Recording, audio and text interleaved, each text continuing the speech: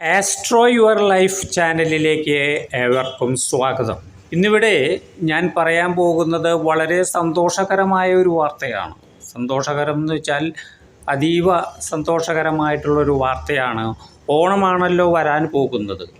അപ്പോൾ ഓണത്തോടനുബന്ധിച്ച് കേരള ഗവൺമെൻറ് ഭാഗ്യക്കുറി ഇറക്കുന്നുണ്ട്. 25 കോടിയാണ് അതിൻ്റെ ഒന്നാം സമ്മാനം, ഓണ ബമ്പർ എന്ന് പറയുന്നത്.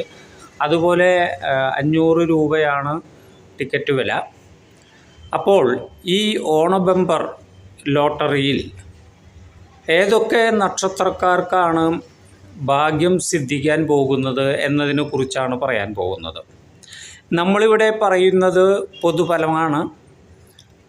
അതുകൊണ്ട് തന്നെ ഓരോരുത്തരുടെയും ജാതകം നോക്കി അതിനനുസരിച്ചുള്ള അവരുടെ ദശാകാലവും അപഹാരകാലവും എല്ലാം നോക്കിയതിന് ശേഷം ആണ് കൂടുതലായിട്ട് അറിയേണ്ടത്. എങ്കിലും നമ്മൾ ഈ ഓണം ബമ്പർ ലോട്ടറിയിൽ ഭാഗ്യം സിദ്ധിക്കാൻ സാധ്യതയുള്ള നക്ഷത്രക്കാരെ കുറിച്ചാണ് പറയാൻ പോകുന്നത്.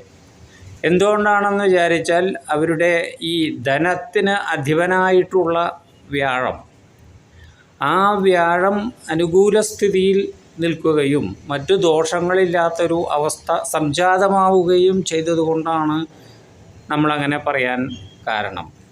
അപ്പോൾ അതിൽപ്പെട്ട നക്ഷത്രങ്ങളെ കുറിച്ചാണ് പറയാൻ പോകുന്നത്. അശ്വതി, ഭരണി, കാർത്തിക, കാല്, അതുപോലെ ഉത്രം, അത്തം, ചിത്തിര, ഉത്രാടം, തിരുവോണം, അവിട്ടം, ആയില്യം, പൂയം, പുണർദം. ഈ നക്ഷത്രങ്ങളൊക്കെ അവർക്ക് ഈ ഓണക്കാലം വളരെ അനുകൂലമാണ്.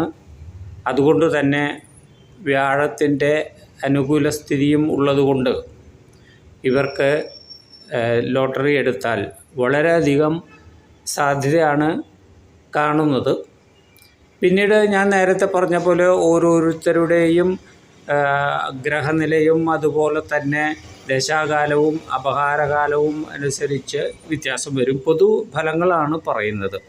എങ്കിലും അതൊരു ഫൈനൽ ആണ് എന്ന് പറയാൻ സാധിക്കില്ല. കാരണം നിങ്ങളടുത്തുള്ള ഏതെങ്കിലും ജ്യോത്സ്യനെ കൊണ്ട് ജാതകം പരിശോധിച്ച് വേണം അതിന് ഒരു പൂർത്തീകരണം വരുത്തുവാൻ. അപ്പോൾ മറ്റൊരു എപ്പിസോഡുമായി വരുന്നത് വരെ ഏവർക്കും നന്ദി. നല്ലത് വരട്ടെ.